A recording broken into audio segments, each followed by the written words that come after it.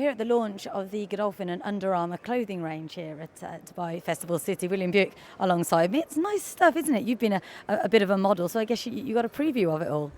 Look, I'm very lucky to be wearing the stuff, and it's great. It's great equipment. It's great gear, if you like, and obviously the collaboration between Under Armour, Godolphin, and Emirates. It's brought together, some great stuff, and probably in our sport, where there is limited sort of products and things like that, it could end up being revolutionary, really.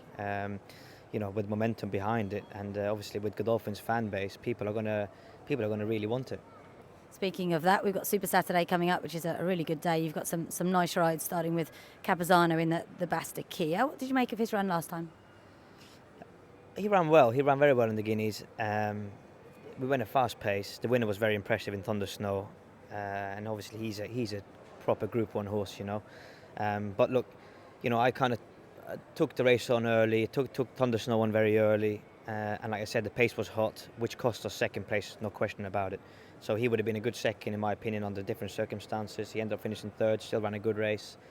We think the step up and trip will suit him. He's drawn a little bit wide. I think he's drawn 10 of 11 or 11 of 12, and that's not really going to help him. But the extra furlong and a half will help him, and he's definitely progressed from his race. Moving on to Comicas later on, another one you haven't had good draws at all. He's in 8th there, the Mahabal Shamal. Was that a bit of a surprise last time, that win? I don't think it was a surprise that he won. Obviously, it was quite a hot race. Typical Hong Kong sprinters turned up, and they were really proper speedsters, But what surprised me, anyway, was how quick he jumped from the stalls and how fast he was. He completely blew them away, really. And look, he was drawn in 3 that day. He's drawn a bit out on Saturday, but there's a lot of speed in the race. I think he's fairly versatile. He's proved that he's taken to the dirt. He's proved that he can be quick enough for 6 furlongs, and he won a handicap the last day. So this is obviously a big step up, and it's a different kettle of fish. But we think he's a horse that's going the right direction, and we're hoping for a good show. Okay, on to Emotionless, the one everyone wants to hear about. How involved have you been in the decision to switch him back to turf? Well, obviously Charlie thought he ran very well on dirt the last time, and we just thought, Charlie just thought it was wasn't a natural on the surface. Although he seemed to handle it, he wasn't a natural on the surface, and probably, the qualities he has as a racehorse didn't really come through on the dirt. So that's why we're going to step him up in trip. Charlie stepped him up in trip and switch him back to turf, and it's going to be very interesting. He's a horse Charlie and the team and everyone's thought a lot of. And just hope he performs with credit. Obviously, it's a tough race. There's postponed in there, so it's going to be very, very hard to beat. But at least we'll be able to sort of judge his credentials in firstly back on turf and having stepped up in trip, really. He seems to just take a while to get going, therefore the 1.5 might suit. Exactly, yeah, and as the horse has matured and developed and got older, he just seems like a horse who might just let himself get a 1.5 miles.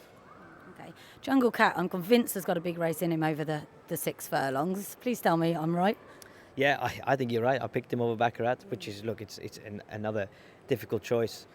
They're both very nice horses. They're both doing very well out here. Obviously, Baccarat beat Jungle Cat the first time Baccarat and Jungle Cat ran over here, and then Jungle Cat was a good second, was over 5 furlongs. So it's really a bit sharp for Jungle Cat. His trip is more the trip he's running that Saturday, which is 6 furlongs. So.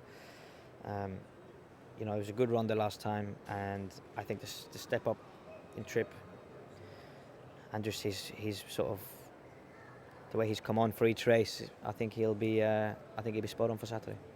Good to hear. And lastly, Folkswood, I thought was so impressive last time. Big step up in class though. Yeah, again, another horse who we thought a lot of in the start of his 3-year-old career. Then he just sort of lost his way a little bit without he ran some good races, but he just didn't really perform to the level that we hoped or expected he would, and then he came out here, did very well, and obviously won the handicap in good style. He kind of got the run of the race that day as well. So look, who knows? He's in Group 1. It's not the strongest Group 1 race, but there's still a good calibre of horse in the race, and it's certainly the toughest race he's ever encountered. Drawn quite wide again. Less of an issue on the turf? I think so. He's drawn 11 off 11. He's a horse that's fairly versatile. He likes to go forward. He likes to use his stride. He likes to roll along. I mean, I wouldn't see that as a potential negative, no. Pick of the 5? It's a hard one. It is a hard one. But look, Jungle Cat, I think, like you said yourself, I think Jungle Cat, I think everything now is pointing for him to get the win under his belt, which he so much deserves this year. And also, he's going to be a long shot, but I'll be very interested to see how folks would compete against higher caliber horses, because there was a time in his career where we thought he would be that sort of caliber of horse. So let's hope he repays us.